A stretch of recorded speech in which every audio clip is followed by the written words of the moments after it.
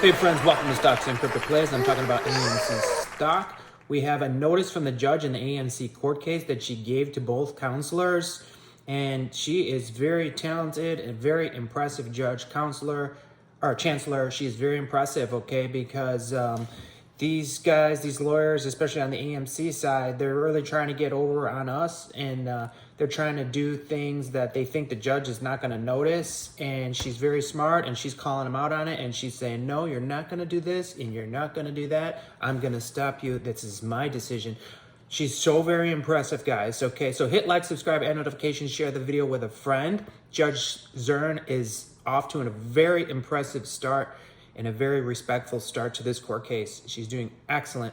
So basically, these guys tried to sneak in a clause where it says that it's like a non-opt out clause. Do you believe that, friends?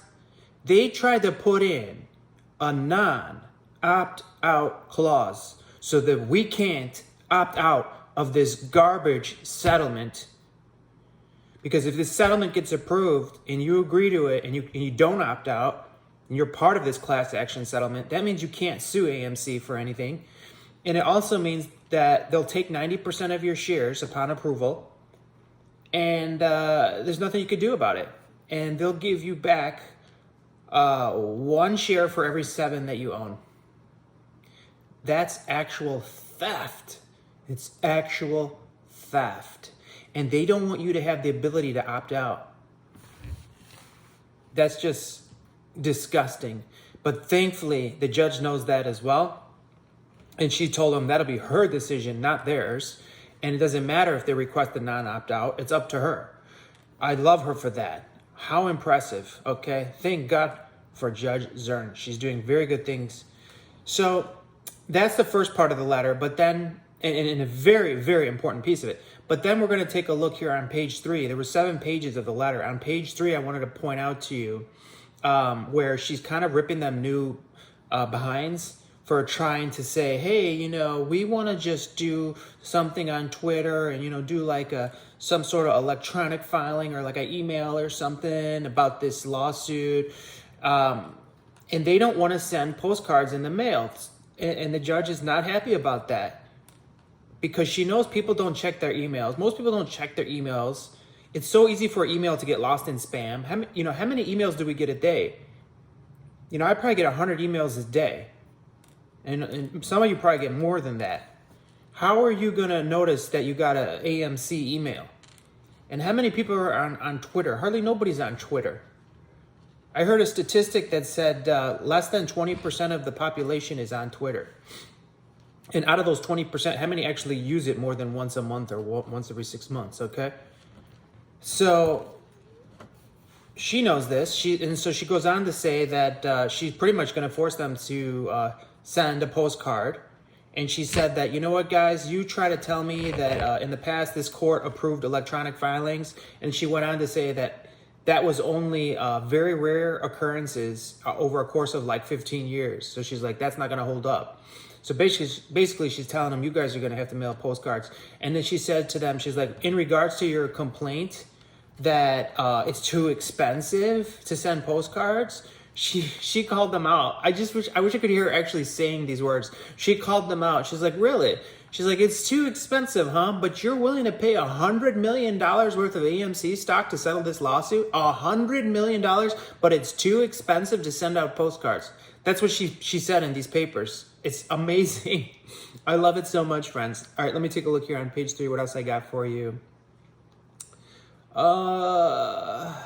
Let's see. Defendants have explained that due to the size of AMC stockholder base, postcards will be expensive. Okay, so that's basically what I summed up for you on page 3. Page 4. Let's see what we got on page 4. I think I had a few things I wanted to share with you. Yeah, she just goes on to say that, you know, it's not too expensive. They're the ones that are willing to pay $100 million in damages, so it's not too expensive to them to send those out. Let me see. Oh, she goes on to say that She's gotten a lot of letters from us and she's reviewed them. She says that in the paperwork. That is so exciting, friends. So you're not wasting your time by writing letters. Do it, friends. Write more letters and make sure you officially object to the settlement. Okay, and then she goes on to say in the letter that she reviewed them and she's like, I love to see the engagement, basically. There's a lot of engagement. She didn't say she loved to see it. She says there's a lot of engagement from retail shareholders, but she goes on to say that that's only a small portion in relation to the entire shareholders of AMC, which is very true. So let's say, for example, she gets 5,000 letters, guys, or 10,000 letters. She just said there's 3.7 million shareholders. So what is 5 or 10,000 people sending letters? So what's that, like 0.001% or something like that? So, you know, she's saying that all these other shareholders, they're not very engaged and they don't even vote. And she's like, they need a postcard. And I fully agree with her to know, they need to know what's going on so they have an opportunity to object as well. They may not even know about this lawsuit, a lot of the retail holders. Okay, so let's see what else. She has some other notes in here that I read. I'm just reviewing again. I'm gonna go to page 5 or page 7. Yeah, that was about it. So page 7. So the other pages is just a lot of legal jargon that's not really, I didn't notice anything that I wanted to share. Page 7, she says, please be advised that the court intends to publish a letter to stockholders with specific instructions and a form for stockholders to return to the register in Chancery if they have properly objected and intend to speak at the settlement hearing. Please reference both in a new paragraph 76. Okay. So you guys need to make sure you object and send the letter and object.